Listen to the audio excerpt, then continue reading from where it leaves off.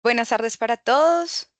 Muchísimas gracias de nuevo por su asistencia, por estar el día de hoy aquí nuevamente con nosotros. Vamos a dar inicio a nuestro webinar y para eso invito a Cata y a Federico para que por favor prendan sus cámaras.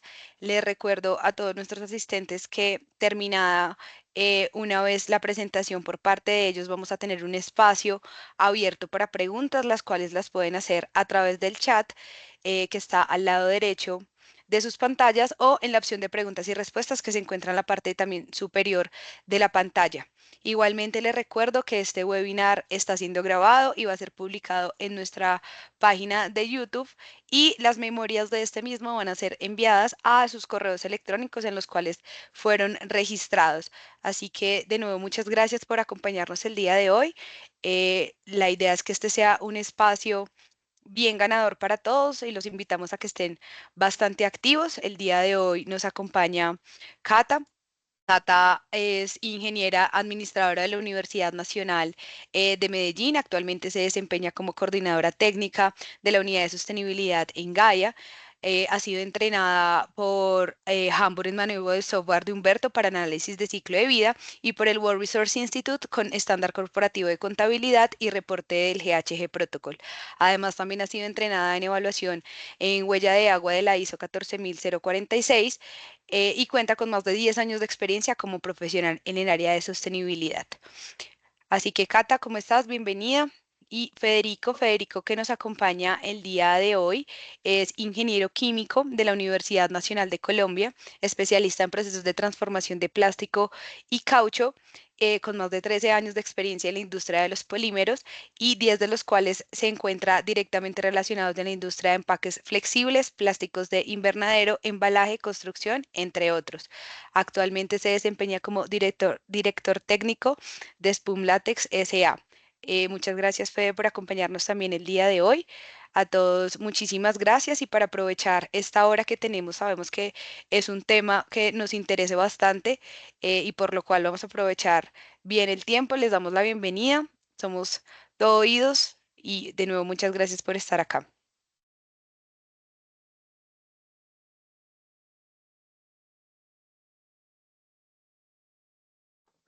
Bueno, gracias Karen por la introducción. El tiempo, digamos que es corto y es un tema, digamos, complejo. La idea es que vamos a hablar de la resolución 0803 del 2024 que está relacionada, pues, digamos, con actualización a normatividad que ya existía antes sobre los plásticos de un solo uso y la reglamentación que se dio en el pasado por también la responsabilidad extendida del productor. ¿Listo? Entonces, digamos que existe una matriz o un contexto ampliado de lo que nos atañe respecto a estas resoluciones y a estas legislaciones. Hay toda una red de normas, decretos, resoluciones que han venido saliendo en los últimos años y se relacionan para poder entenderlo todo. En cuanto al uso y fabricación de empaques, pues la primera de la referencia está la ley 2232 de 2022, donde se da la prohibición a plásticos de un solo uso. Y está también la ley 2277 del 2022, donde se implementa también un impuesto a los plásticos de un solo uso. Previamente había salido la responsabilidad extendida del productor, la resolución 1407 del 2018 para los envases y empaques, y una actualización de la misma, que es la 1342 en el 2020, donde se reemplazaron y se complementaron algunos de sus artículos y se modificaron todos los anexos que hacían referencia a la norma 1407. Esta norma que acaba de salir a finales del mes de junio es la 0803 del 2024, la cual integra las dos anteriores y pues tiene en cuenta varias de las otras normatividades que hemos mencionado. Asimismo, hay otras normas enfocadas a las cadenas de recuperación. Estamos hablando del decreto 596 del 2016, una norma que salió previa, enfocada más al servicio público de aseo y a la integración con las cadenas de reciclaje y demás. En esta norma, en esta resolución, perdón, también empezamos a ver la inclusión o que se mencionan normas técnicas. La norma técnica colombiana 6632 del 2022, enfocada a los plásticos reciclados. Aparte de todas estas normatividades, hay otras que están relacionadas que seguramente vamos a mencionar a lo largo de la charla. Y hay algunas otras que están pendientes incluso de salir. Especialmente en la ley 2232 hubo ciertos compromisos que se hicieron en esa ley, en donde hablaban de plazos de 12 meses, plazos de 18 meses, plazos de 6 meses, para complementar las legislaciones. Algunas de estas normatividades están dando respuesta a esta nueva resolución 0803. Otras, digamos que siguen estando pendientes y con algunos vacíos, ¿cierto? Acá tenemos un pequeño mapa donde obviamente no está toda la información, pero está como parte de lo que es más relevante, donde partimos en el centro con la ley 2232 y la ley 2277, donde hablamos de los plásticos de un solo uso y del impuesto a los mismos, ¿cierto? Allí claramente hay 14 prohibiciones, perdón, y 10 excepciones. Cuando hablamos de excepciones, es decir, que a pesar de ser plásticos de un solo uso, tienen todavía licencia para ser, digamos, comercializados, vendidos y también no tienen aplicación de impuesto. Esto es muy importante que lo tengamos en cuenta. Esas 10 excepciones en la ley 2277, que habla de la implementación del impuesto, esas 10 excepciones están también exentas del impuesto, ¿listo? Tanto de la prohibición como del impuesto. Ahí dice decreto XXX, ¿por qué? Porque ese decreto aún no ha salido, eso no se ha reglamentado. ¿Qué es lo que no se ha reglamentado? Hay una parte de esta ley de 2277 que debían haber reglamentado en su momento, si no me equivoco, fueron 6 meses después a que salió la ley, pero todavía no se ha reglamentado y es un certificado de economía. Y dicen la no causación del impuesto requiere un certificado de economía circular y digamos que se han comprometido a reglamentar cómo iba a ser ese certificado, quién lo iba a dar, cómo lo íbamos a poder obtener, pero eso todavía, digamos, está pendiente de que salga el decreto. En teoría, ya como diríamos coloquialmente, le están echando lápiz, pero todavía no está absolutamente claro, pues para todos, ¿cierto? Por ahora lo que tenemos son las 10 excepciones, dentro de la cual se encuentra incluida el análisis de ciclo de vida que está resaltado allí con verde. ¿Listo?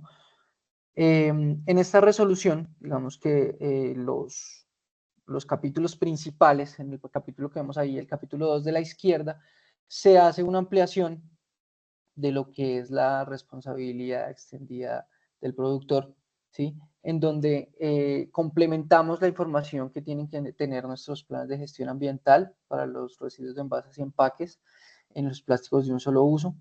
Asimismo, digamos que nos ponen una serie de requisitos, de procedimientos y evidencias y se hace claridad sobre las metas. En las metas hay algo que digamos que es muy importante resaltar y es que tenemos que tener metas de recolección, metas de aprovechamiento y metas de reincorporación. Más adelante lo vamos a ver con mayor detalle. En el capítulo 3 nos hacen una ampliación de las alternativas sostenibles. Las alternativas sostenibles están dentro de las 10 excepciones que mencioné hace un momento para la ley 2232 de plásticos de un solo uso y dentro de esas alternativas sostenibles estamos con los materiales que sean 100% reciclados, ¿sí? Y los materiales que sean biodegradables. Más adelante lo vamos a ver con mayor detalle, pero básicamente nos orientan de cómo se va a realizar la verificación, ¿sí? De que tenemos el cumplimiento de los requisitos para que eh, podamos utilizar plásticos de un solo uso con materia prima reciclada 100%. Entonces, eh, Eso es lo que es parte del gran aporte de esta resolución. Ya están reglamentando cómo se debe proceder para que un material pueda ser utilizado 100% reciclado. En el caso de la biodegradabilidad, la norma se había comprometido en la anterior, la ley 2232, en su artículo 34, habían dado 12 meses para reglamentar cómo iba a ser el tema de la biodegradabilidad. Eh, pues claramente estamos cerca de los 49 meses y no han dado, perdón, de los 25 meses, 2 años y un mes, para la reglamentación y no ha sido todavía clara. Lo que sí nos dicen en esta resolución 0803 es que vamos a tener 12 meses más para poder dar resultados de biodegradabilidad, ¿cierto? En este caso, tenemos que hacer ensayos de laboratorio acreditados por la ONAC para verificar esta biodegradabilidad. Igual lo vamos a ver con más detalle a medida que avance la presentación. Bueno, en el caso de la ley 2232 vamos a hacer un resumen muy rápido, que yo creo que ya todos hemos hablado de esto bastante, entonces, pero es muy importante tener siempre presente cuál es la definición de los plásticos de un solo uso. Es decir, son plásticos que no fueron diseñados para múltiples usos, rotaciones, circuitos en su ciclo de vida, ¿sí? Independientemente de que yo como consumidor le pueda dar varios usos, pero no fue diseñado para esto. Es un tiempo de vida corto. Esto es lo que está definido como los plásticos de un solo uso. Dentro del artículo 5 de la ley 2232 nos hablan de las prohibiciones, son 14 como lo dijimos hace un rato, y nos hablan de unos plazos en el artículo 6. Entonces, en el caso del punto 1, las bolsas de punto de pago tenían, pues digamos, 2 años, es decir, hasta julio del 2024, podían ser utilizadas, ya en este momento se encuentran en estado de prohibición. Asimismo, las bolsas utilizadas para los periódicos, revistas, publicidad, facturas y las que usamos en la lavandería, igualmente 2 años.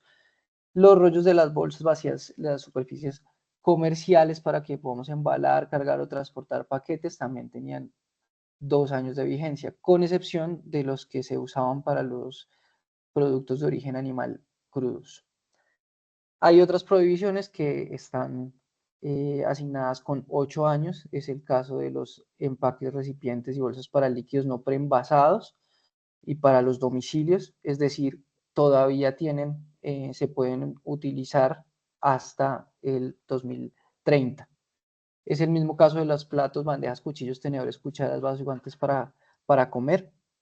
Alguien preguntaba también que yo por qué sigo viendo en los centros comerciales o en los supermercados estos elementos, pues es porque todavía no están completamente prohibidos, pero sí tenemos compromisos de reducciones para hacerlo y además tienen un impuesto que se debe pagar al respecto, ¿no?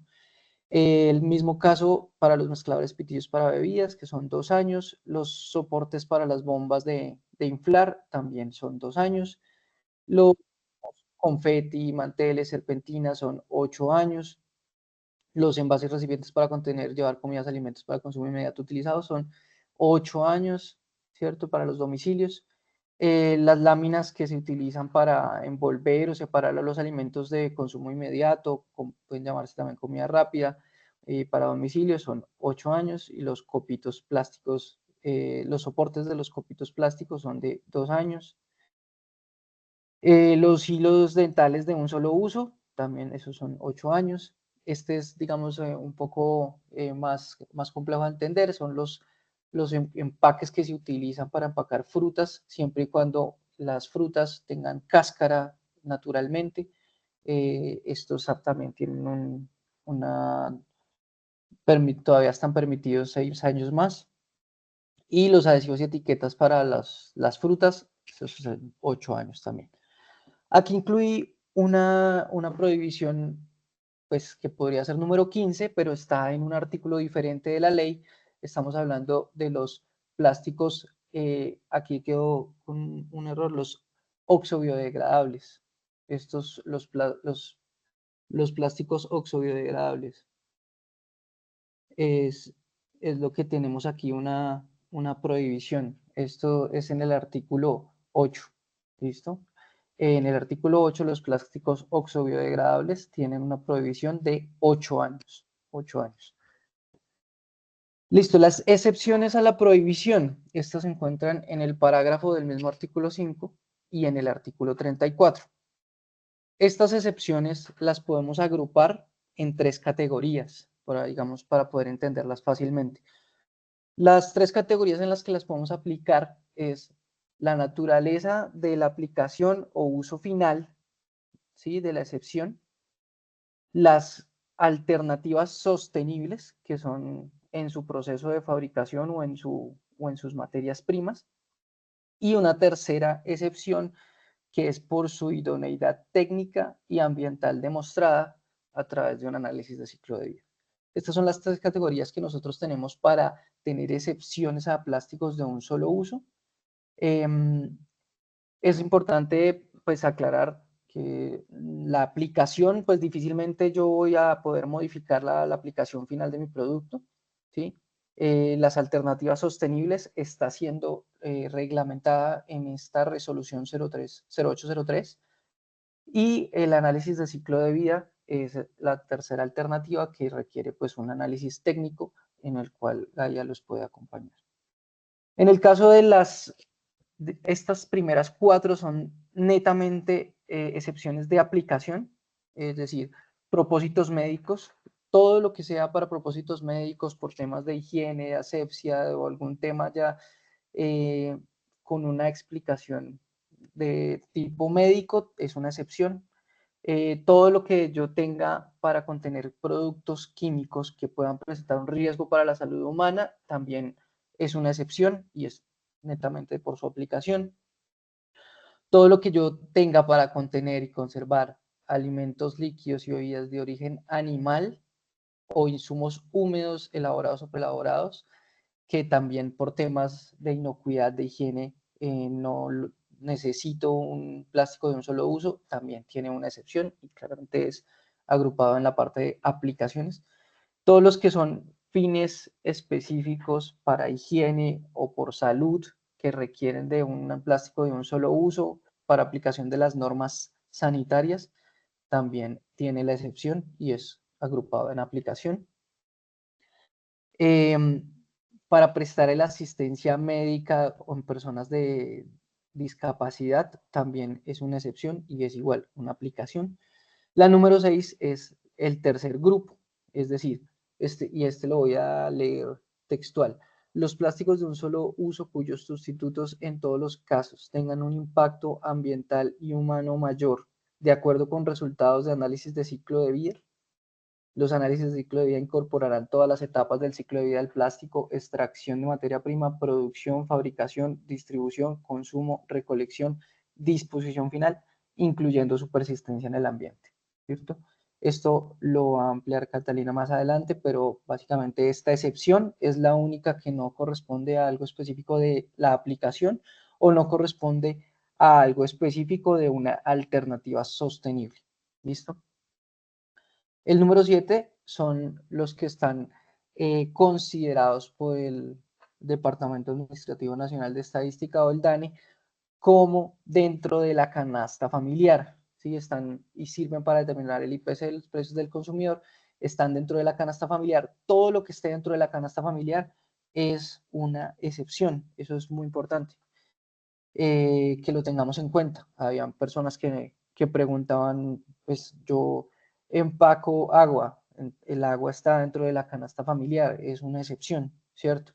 No tengo por qué ni pagar impuesto, ni tampoco está prohibido en ninguna de las categorías anteriores. Listo. Lo que también usamos para empacar residuos peligrosos está dentro de las excepciones y es una aplicación. Luego vienen las alternativas sostenibles, ¿cierto? Las alternativas sostenibles, y es parte de lo que se está reglamentando en esta resolución, son productos fabricados con 100% materia prima plástica de postconsumo nacional. Eso es muy importante. Nosotros no podemos, por ley, importar materiales postconsumo para hacer para cumplimiento de estas alternativas. Todo tiene que ser postconsumo nacional con recolección nacional. ¿Listo? Y en el caso de la número 10 son los pitillos que son adheridos a envases de hasta 300 mililitros que cuenten con un sistema de retención. Estos también son una excepción. Mucha gente piensa que los pitillos todos están prohibidos. No, estos pitillos, los que están adheridos al envase y pueden favorecer su recolección y reciclaje, también son una de las excepciones. La otra alternativa sostenible, ¿sí?, es el artículo 34. En este caso, esta es el plástico, acá quedó el error complementario del anterior, es el plástico biodegradable. En este caso, el plástico biodegradable sería la excepción número 11 y la alternativa sostenible número 2, ¿sí?, que se autorizan las materias primas biodegradables. Esta es la segunda alternativa sostenible que también está explicada en esta resolución cómo debemos proceder para poder autorizarla, ¿cierto? Listo. Aquí están, bueno, resumiéndolas, las dos alternativas sostenibles: el elaborar los plásticos con un 100% material reciclado y garantizado que sea consumo nacional, y la número 2, los plásticos biodegradables. ¿Listo? Entonces, esto está explicado dentro de la resolución 0803 en el capítulo 3, ¿cierto? Como punto de referencia está igual lo que se había escrito en el artículo 34, ¿sí? A pesar de que en el artículo 34 no nos dan ninguna norma de referencia, no nos dicen tiene que cumplir la ASTM 6400, por poner un ejemplo, o tiene que cumplir la norma técnica colombiana 5191. En este caso no nos indican ninguna norma, pero nos dan un punto de referencia. Nos dan el punto de referencia que en condiciones ambientales naturales, esa es la frase que se usa textualmente, condiciones ambientales naturales, no se da mayor descripción, mínimo debe ser del 50% a los 3 años, la degradación, y del 85% en 4 años. Adicional a eso, es muy claro y es muy específico que no debe contener ningún metal como zinc, cobre, níquel, cadmio, plomo, mercurio, cromo, arsénico o cobalto.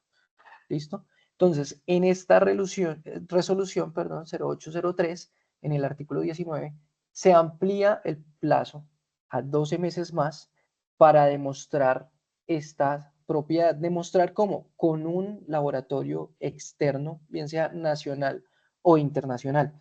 ¿Cuál es el requisito? Que este laboratorio esté, bien sea en el ámbito nacional, avalado por la ONAC, o en el ámbito internacional que se encuentre dentro de los convenios que la ONAC hace.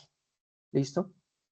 Esto ya es una opinión, digamos, ya de parte nuestra, y en un decreto diferente a todos los que hemos mencionado, en el decreto 2198 de 2017, el mismo gobierno, este decreto sobre el impuesto nacional al consumo de las bolsas, en este mismo decreto el gobierno sugiere las normas que tenemos ahí. Puede ser un punto de partida o de investigación para poder hacer esos análisis con un laboratorio externo. Simplemente tratando de dar un poquito más la información a la que nos dan las normas. Listo. En el caso de estas alternativas sostenibles, ¿cierto?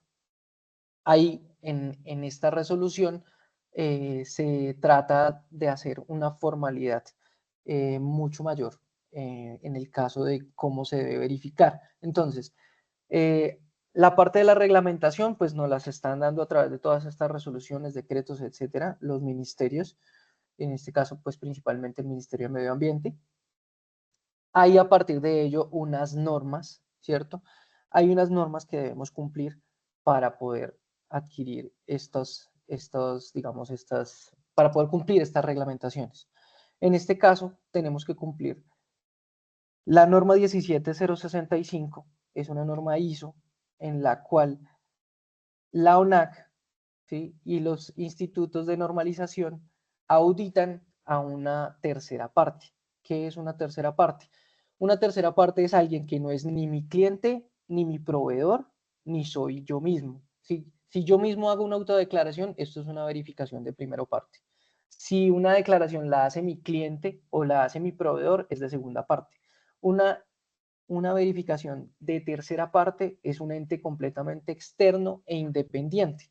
Entonces, en esta resolución 0803 nos están exigiendo que un ente externo e independiente haga la verificación de lo que debemos cumplir, ¿cierto? En este caso, ¿qué debemos cumplir?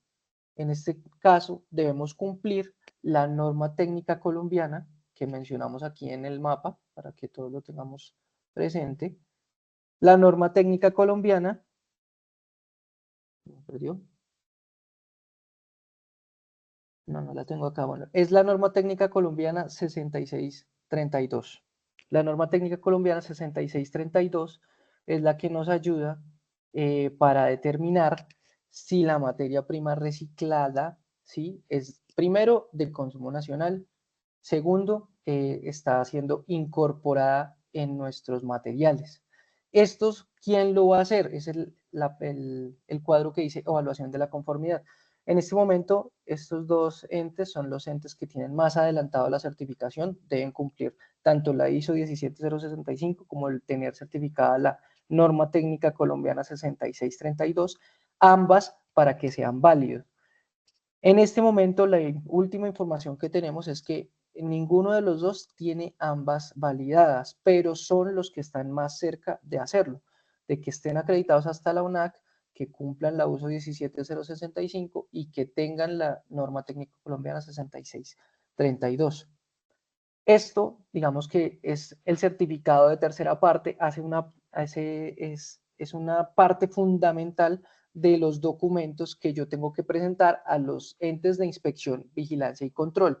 En este caso, el ABLA, ICA o INVIMA, algunos de estos son los que nos van a hacer la vigilancia y control. Específicamente para esta norma sería el ANLA quien hace todas estas verificaciones.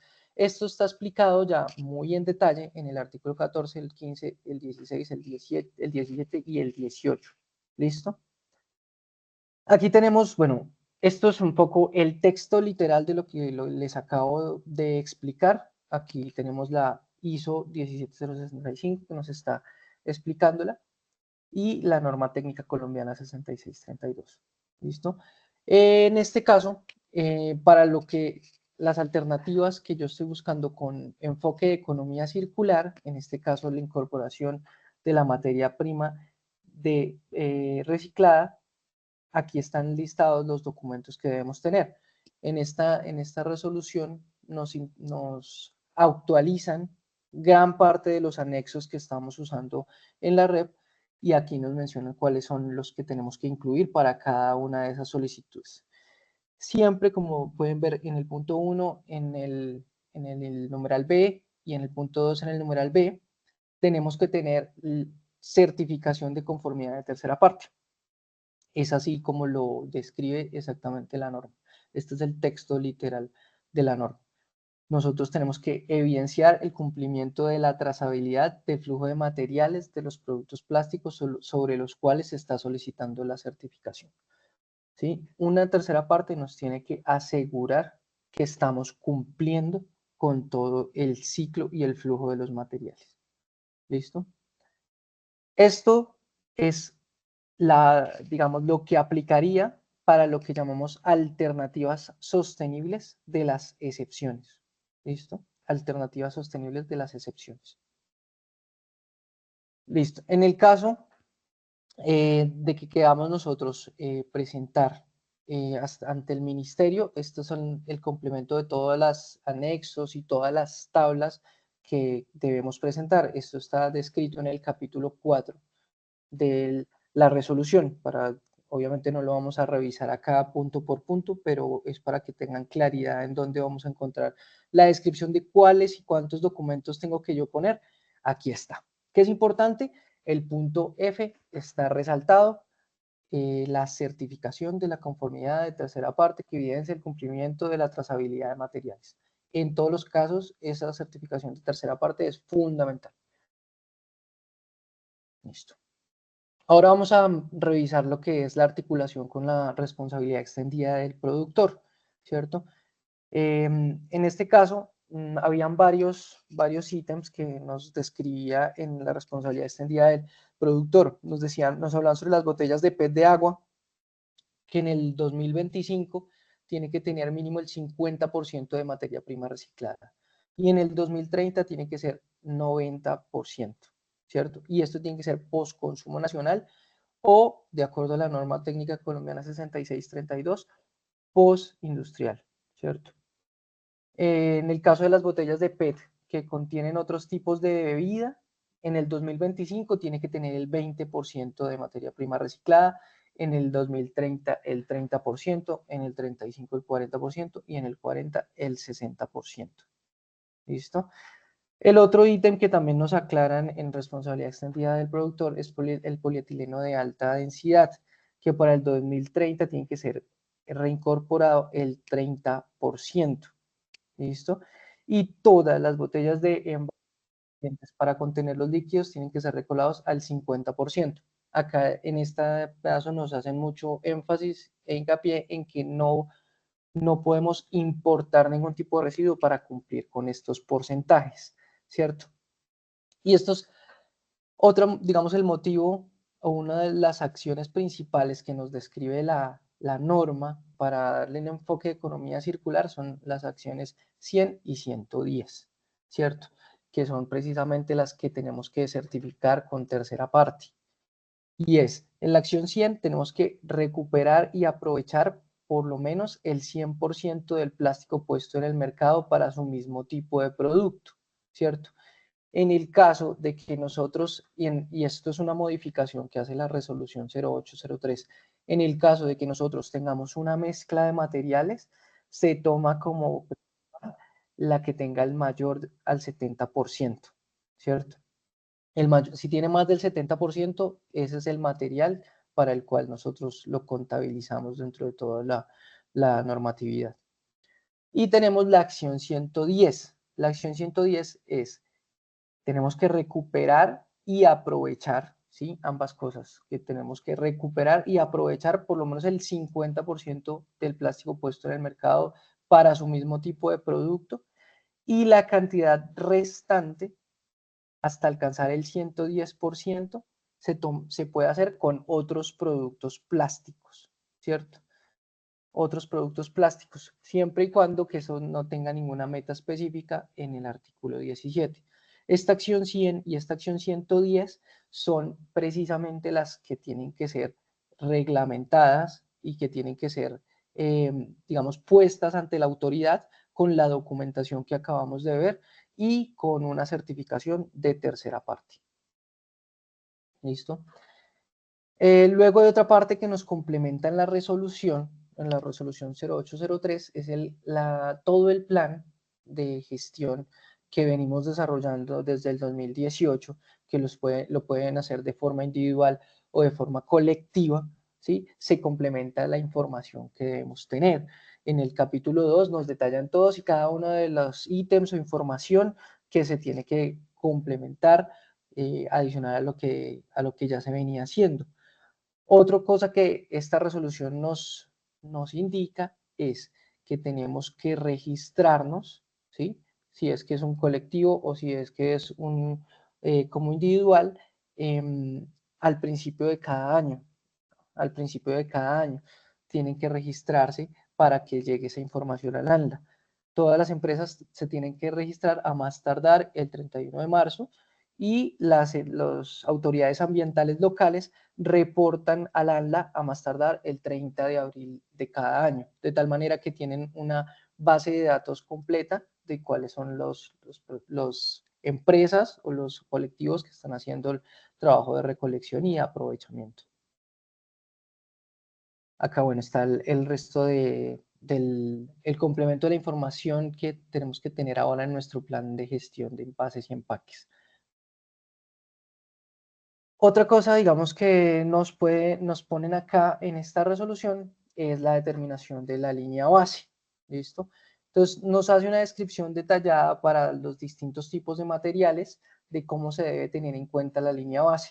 La línea base para cada material se toma de los tres del tercer año anterior al actual. Entonces, ese siempre va a ser mi punto de medida. 3 años antes es mi línea base. Y asimismo, los porcentajes de aprovechamiento, yo tengo que hacerlos para ese año específico y puedo llegar por máximo a usarlo en el año siguiente si tengo algún excedente de aprovechamiento. ¿De aprovechamiento respecto a qué? Estos son los porcentajes.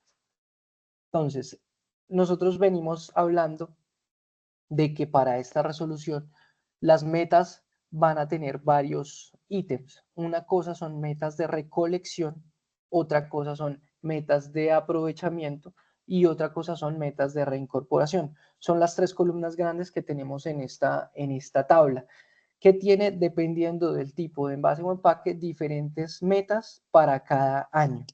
Las que están en roja son las que se pudieran llegar a considerar más, digamos, difíciles de alcanzar. Obviamente es un criterio muy subjetivo, pero es un indicativo para que se den una idea de cuáles son las más exigentes, por llamarlas de alguna manera.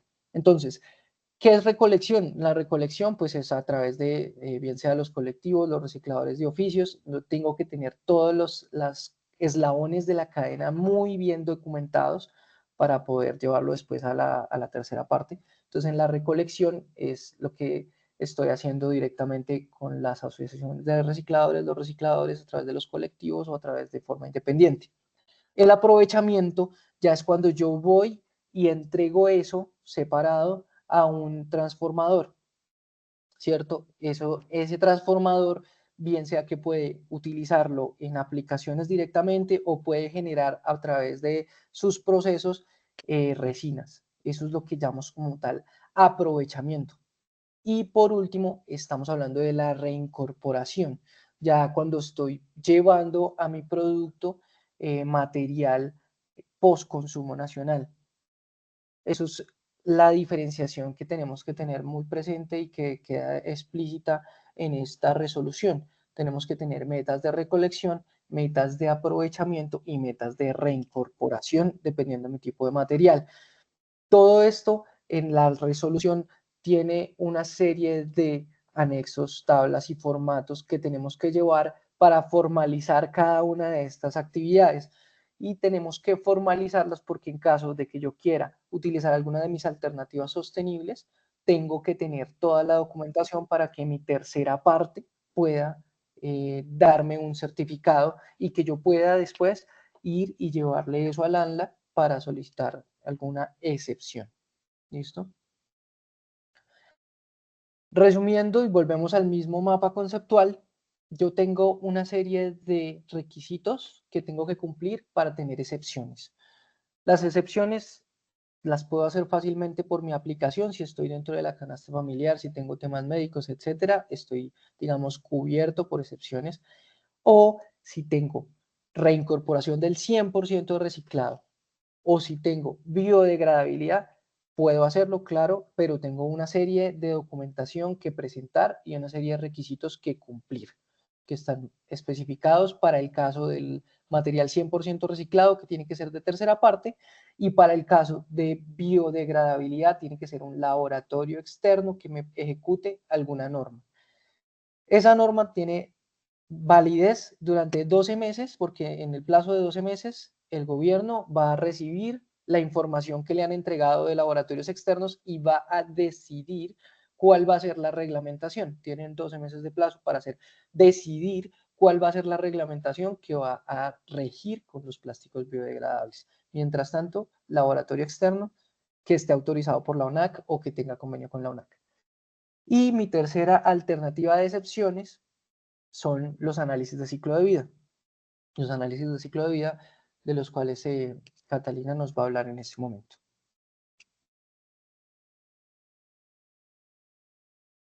Listo, gracias, Fede.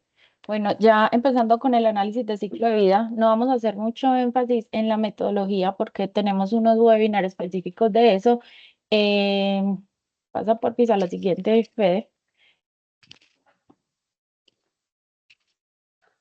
Listo. Bueno, ¿qué es el análisis de ciclo de vida? El análisis de ciclo de vida es una metodología avalada científicamente que me permite establecer y construir el perfil ambiental de mi producto desde la extracción de materias primas hasta su disposición. Y conocemos diferentes alcances. Algunos de estos alcances, por ejemplo, es el alcance cuna-tumba, que este es el alcance que nos permitiría cumplir con lo que nos está hablando la ley, lo que nos está hablando la resolución. ¿Qué quiere decir cuna? Desde la extracción de materias primas y tumba hasta la disposición, que ahí cumpliríamos a lo largo todo ese alcance. Pero no es el único análisis de ciclo de vida que podemos hacer. Hay unos análisis de ciclo de vida que pueden ir de la cuna hasta la puerta. Todo va a depender de qué, del tipo de producto. Y dentro de estas vamos a hacer diferentes etapas que me van a permitir hacer la construcción de ese perfil ambiental, donde vamos a tener segmentados todos los impactos en tres grandes grupos, que es todo lo que es afectación al ecosistema, afectación a la salud y agotamiento de recursos. Entonces, miren que ahí estamos hablando también de lo que nos pide en este caso cumplir para hacer una excepción, es como todo el impacto al ambiente y a la salud que pueda tener nuestro producto. En la presentación, cuando les llegue, ahí está el link de un webinar donde explicamos toda la metodología de análisis de ciclo de vida. Dale, Fede. Listo, dentro de esa metodología seguimos una ISO, realmente son dos ISOs, la ISO 14040 y la ISO 14044, donde nos permite definir paso a paso, tener gran claridad de cuál es el producto que vamos a hacer. Va a ser muy importante, ahora lo vamos a ver con un ejemplo, cuál y cómo vamos a evaluar nuestro producto. ¿Por qué? Porque dependiendo de ese alcance y dependiendo de la unidad funcional que tenemos, vamos a tener un resultado diferente. No es lo mismo decir voy a evaluar 1 kilo de plástico a voy a evaluar 1000 unidades que me salen de este kilo de plástico. Entonces es muy importante cuando de pronto veamos resultados en literatura que nos hablen de huellas ambientales kilo a kilo, que con 1 kilo de plástico, por ejemplo, yo puedo tener muchas más unidades que con 1 kilo, por ejemplo, de papel, de madera. El peso va a ser muy significativo dentro de eso, entonces hay que hacer una lectura muy clara de la unidad funcional.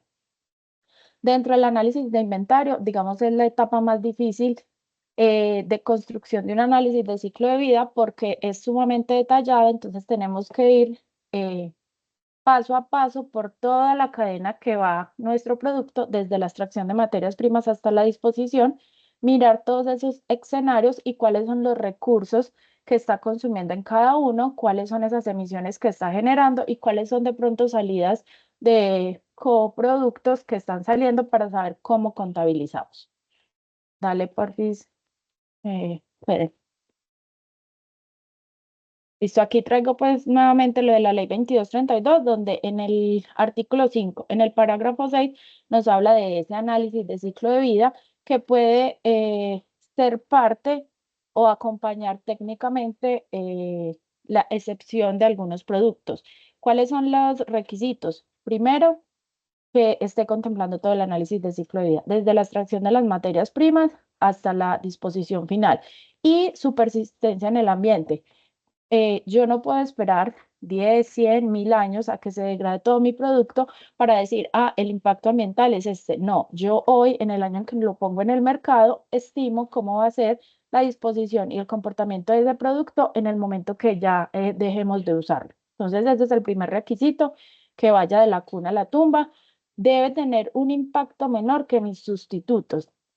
Cuando habla de sustitutos es que estén en las mismas condiciones. ¿Qué quiere decir? Por ejemplo, un vaso desechable. ¿Cuándo es usado un vaso desechable? En algunos casos, por ejemplo, si voy en la calle, voy a comprar un tinto, un jugo, me van a vender una fruta.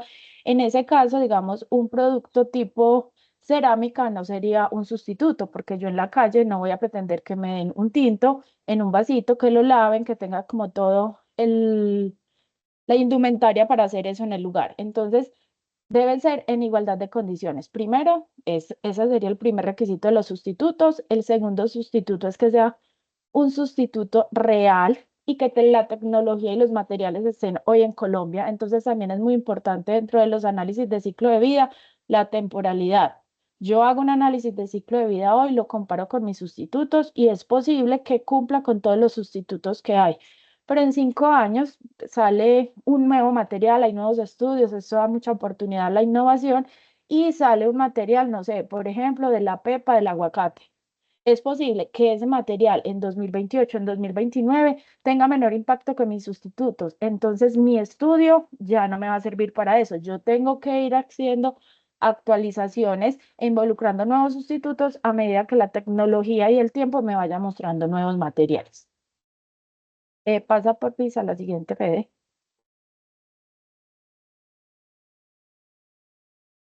Aquí tenemos un ejemplo. Aquí vamos a hablar inicialmente desde perspectiva. Es muy importante tener claro que un análisis de ciclo de vida ya sale de la perspectiva y pasa a ser una cuantificación específica y numérica de todo lo que pasa. Entonces, tenemos dos materiales, el PLA, ácido poliláctico, muy conocido, y el polipropileno. Pues, dale varios enter, porfis, Fede. ¿Qué pasa con el PLA? Pues para nosotros es una muy buena alternativa, es un recurso renovable que viene del maíz. El polipropileno lo conocemos, viene del petróleo. Ambos tienen que hacer un proceso en una industria para ser transformados. Debo transformar una materia prima natural en un polímero y en la industria petroquímica debo hacer ciertas transformaciones. El PLA es compostable y biodegradable, ya habría que mirar pues esos grados que tiene y el polipropileno hoy va al relleno sanitario y es reciclable. Aquí en perspectiva, pues sé que la respuesta de muchos podría ser que la mejor alternativa es el PLA, pero para eso se hicieron los análisis de ciclo de vida. Acá tenemos una bandeja que realizamos el análisis de ciclo de vida. La bandeja, devuélvete por favor.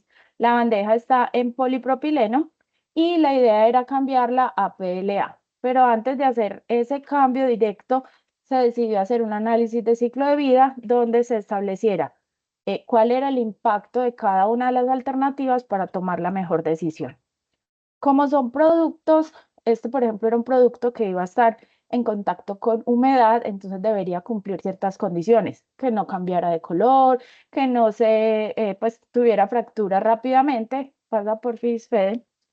Y a partir de ahí, para poder establecer el tiempo de vida útil, que es una parte importante del análisis de ciclo de vida, se hicieron varios análisis en laboratorio para ver al cuánto tiempo se ponía amarillo, al cuánto tiempo empezaba a tener un olor diferente y al cuánto tiempo había una fractura, para poder establecer y comparar los dos productos en igualdad de condiciones. Dale enter por favor.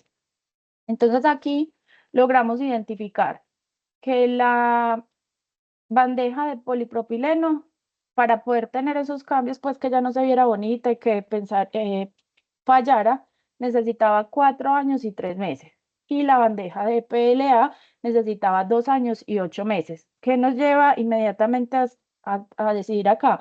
Mi unidad funcional tiene que estar basada en la que dura más tiempo, o sea que vamos a tener una unidad funcional, por ejemplo, para 4 años. ¿Qué pasa? Que cuando lo voy a hacer con el PLA, yo necesito 1.5 veces de bandeja. ¿Qué quiere decir? Necesito volver a extraer material para poder igualar las condiciones. Entonces, ¿qué es lo importante acá? Este no era un producto de un solo uso, pero sí teníamos condiciones diferentes. Entonces, siempre vamos a tener que analizar todos los aspectos que puedan afectar esa decisión para poder identificar cuál es mi unidad funcional. En este caso, mi unidad funcional era una bandeja en 4 años, pero puede que para productos de un solo uso, o sea, 1 kilo o 800 mililitros de una bebida empacada o una capacidad en onzas, debe ser muy clara esa unidad funcional para que no nos vaya a pasar de pronto esto, que es, lo digo, kilo, en kilo puede que otros materiales tengan menor impacto que los plásticos, pero el bajo peso de los plásticos hace que de pronto ahí esos impactos sean menores. Pasa por a la siguiente. Este también la puedes pasar, que se nos está agotando un poco el tiempo. Aquí simplemente teníamos como los impactos asociados. Aquí tenemos otro ejemplo de un estrés. El estrés es un material de polietileno y lo estamos comparando con el cartón. ¿Cuál es? Devuélvete, por favor. ¿Cuál es la huella? Devuélvete, por favor. Ahí. No, la anterior. ¿Cuál es la huella de carbono de 1 kilo de estrés? El estrés es un material hecho de polietileno. Aquí tenemos que son 3,08 kilogramos de CO2 equivalente por 1 kilo. Si lo comparo directamente con el cartón, entonces miren que aquí vemos que la huella del cartón es 1,98 kilos.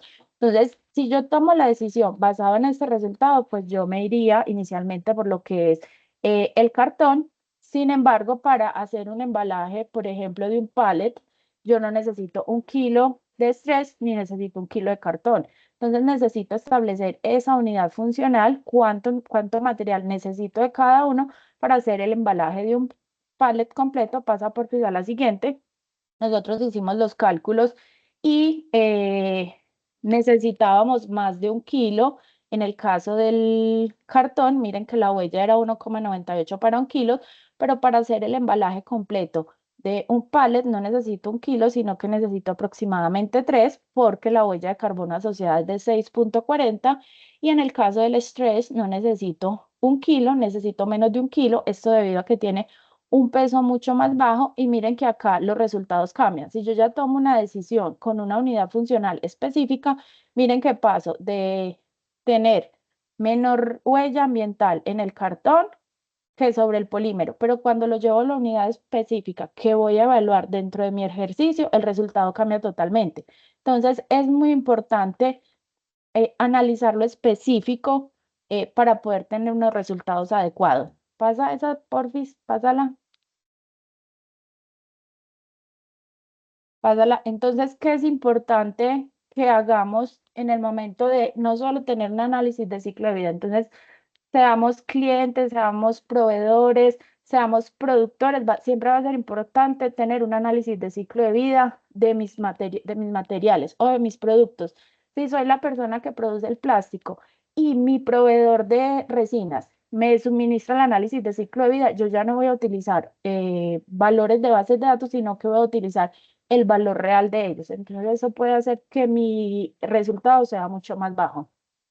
Si soy un cliente, puedo también preguntar a mi proveedor, ven, ¿qué me estás vendiendo? ¿Cuáles son esas características? Debemos ser usuarios más conscientes. Una parte pues que nos ayuda mucho en eso es que los análisis de ciclo de vida son herramientas científicas que tienen toda la transparencia, y cualquier persona podría solicitar si estás haciendo alguna declaración ambiental sobre esto, que eso hace parte de ese conocimiento del producto. Dentro de las compras sostenibles ya es muy común encontrar que para hacer este tipo de compras eh, se incluya toda la parte de huella de carbono, análisis de ciclo de vida. Entonces también hacer parte de nuestras organizaciones que dentro de la parte de compras no solo esté por precio, por ubicación, por cercanía, sino también que tengan esos requisitos ambientales dentro de esas políticas. Y finalmente, va a ser muy importante siempre el peso de los empaques y las propiedades del diseño. Hay muchas alternativas ya en el diseño de los empaques que nos van a permitir bajar ese peso o esa cantidad de material. Por ejemplo, cuando llevan en los intermedios, por ejemplo, hidrógeno, nitrógeno, aire o diferentes materiales que nos permitan reducir su peso. ¿Cuál es digamos, siempre digamos, lo que hablamos del pecado de los plásticos es la parte de los residuos? Entonces debemos ser más fuertes en esas cadenas de recolección. De igual manera, hay una parte en la metodología de análisis de ciclo de vida que hoy no está evaluando, que son todas esas fugas que tenemos de los microplásticos. Hay alternativas que ya están en desarrollo. Son metodologías que estarán disponibles aproximadamente en el 2025, y con esto complementaríamos la metodología de análisis de ciclo de vida haciendo una cuantificación de esa parte que hoy está afectando la salud. Muchísimas gracias. Dale, Fede, que creo que es la última. Gracias, Cata, y Federico por la intervención. Vamos a abrir el espacio de preguntas y tenemos un par en nuestro chat. Teniendo en cuenta que ya estamos sobre el tiempo, vamos a responder dos o tres, no sé si les parezca bien. Listo, entonces la primera pregunta que nos hicieron fue, em, en el artículo 17 de la 2232 indica que los plásticos usados en el sector de construcción son los utilizados para protección de vidrios, puertas, baldosas y accesorios de baño. Es decir, que un material de empaque plástico de una pintura o un empaque de pegante cerámico, y eso no sería un plástico del sector de construcción.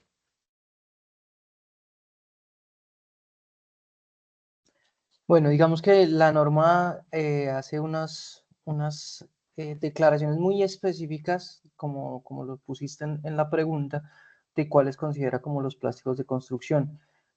Pero sin embargo, puede que algunos plásticos sean de un solo uso. Para el tema, digamos, literal de la norma, la prohibición está puesta para lo que está escrito. Si dijera o similares del sector construcción, pues digamos que abarca más cosas, pero lo que está puesto como una prohibición es lo que está escrito como tal. No quiere decir que no sea de un solo uso y que puede que, por ejemplo, no requiera impuesto, ¿sí? Pero por lo tal, la prohibición hay que apegarse mucho a lo que está escrito textualmente en la norma. Listo, muchas gracias. También nos preguntan qué tan importante es el papel de las áreas de I+D de las empresas de plásticos de un solo uso frente a esta nueva normativa.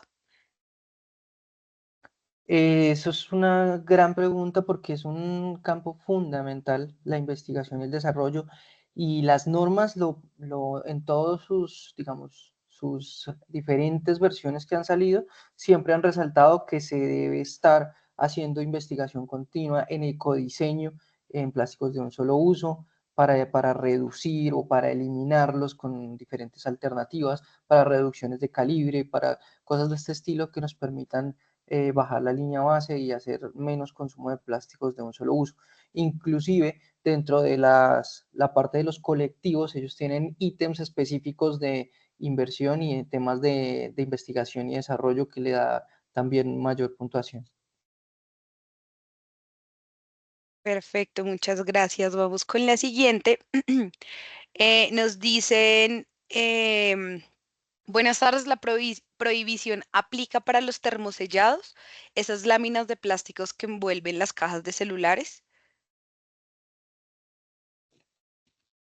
Por ahora no están descritos, digamos, puntualmente dentro de las prohibiciones, no están. Pues lo más similar será las revistas, pero no es una aplicación exacta de eso. Yo, igual que con lo que hablamos hace un momento de los plásticos de construcción, si no está puesto como tal literalmente en las prohibiciones, no deberían estar, pero no quiere decir que no sean plásticos de un solo uso y que no estén sujetos a metas, por ejemplo, de reincorporación o metas, por ejemplo, perdón, y a aplicación de impuesto. Perfecto, yo creo que ya la última, igual invitamos a las personas a revisar el chat. En el chat está quedando mis datos por si tienen alguna duda adicional. Podemos organizar un espacio para responderlas más a detalle y que no queden con ninguna duda. La última pregunta dice, buenas tardes, ¿podría continuar utilizando pitillos oxo-biodegradables adicional para los pitillos PLA que se requiere para demostrar la utilización de este material? Los oxo-biodegradables están también dentro de las prohibiciones, en el artículo 8 están dentro de las prohibiciones, pero está con el plazo del numeral 2 del artículo 6, es decir, 8 años. Tú los puedes seguir usando hasta que se cumplan esos 8 años. Como recomendación, digamos, a nivel general más técnica, los plásticos oxo-biodegradables no son recomendables usarlos porque generan microplástico, ¿sí? Hay diferentes normatividades y de evaluación y estudios científicos que pues, no los decimos nosotros, sino lo dice la ciencia, que generan microplástico y generan una mayor contaminación el óxido biodegradable que realmente el plástico normal. Perfecto. Listo, yo creo que teniendo en cuenta pues que ya son las 5:02 de la tarde y para cumplir con nuestro horario, vamos a dejar así. Sé que tenemos varias preguntas ahí. em, Y más bien les dejo mi correo electrónico, como les dije, dentro del chat para poder programar si quieren una sesión en donde podamos aclarar el tipo de dudas que ustedes tengan. Así que, bueno, Federico, Cata, mil gracias nuevamente por acompañarnos. Les recordamos que este video va a estar subido dentro de nuestra página de YouTube y las memorias de este webinar serán enviadas a los correos electrónicos en los cuales se registraron. Así que, no siendo más, muchas gracias. De nuevo, gracias, Cata, gracias, Fede. Bueno, gracias, Karen, gracias a todos. Que Hasta les vaya luego. muy bien. Gracias a todos por su asistencia.